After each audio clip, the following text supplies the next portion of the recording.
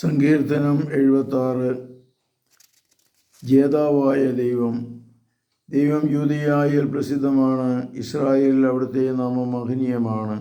അവിടുത്തെ നിവാസം സാലേമിലും വാസസ്ഥലം സിയോണിലും സ്ഥാപിച്ചിരിക്കുന്നു. അവിടെ വെച്ച് അവിടുന്ന് മിന്നൽ പോലെ പായുന്ന അസ്ത്രങ്ങളും പരിചയും വാളും എല്ലാ ആയുധങ്ങളും തകർത്തു കളഞ്ഞു. അങ്ങ് മഹത്വപൂർണനാകുന്നു, ശാശ്വത ശൈലത്തേക്കാൾ അങ്ങ് പ്രതാപവാനാണ്.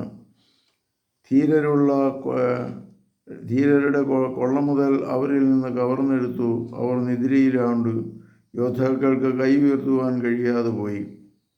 യാക്കോബിൻ്റെ ദൈവമേ, അങ്ങ് ശാസിച്ചപ്പോൾ കുതിരയും കുതിരക്കാരനും നടുങ്ങി നിലംപതിച്ചു. അങ്ങ് ഭീതിനാണ്. അങ്ങയുടെ കോപം ഉജ്ജ്വലിച്ചാൽ പിന്നെ ആർക്ക് അങ്ങയുടെ മുമ്പിൽ നിൽക്കാൻ കഴിയും?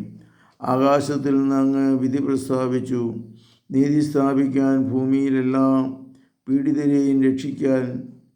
അവിടുന്ന് എഴുന്നേറ്റപ്പോൾ ഭൂമി ഭയന്ന് വിറച്ചുപോയി. മനുഷ്യൻ്റെ ക്രോധം പോലെയും അങ്ങേക്ക്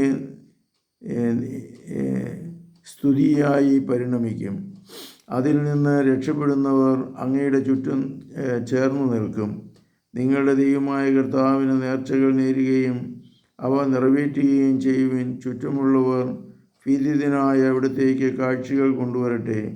അവിടുന്ന് പ്രഭുക്കന്മാരുടെ പ്രാണനെ ഛേദിച്ചു കളയും. ഭൂമിയുടെ രാജാക്കന്മാർക്ക് അവിടുന്ന് ഭയകാരണമാണ്.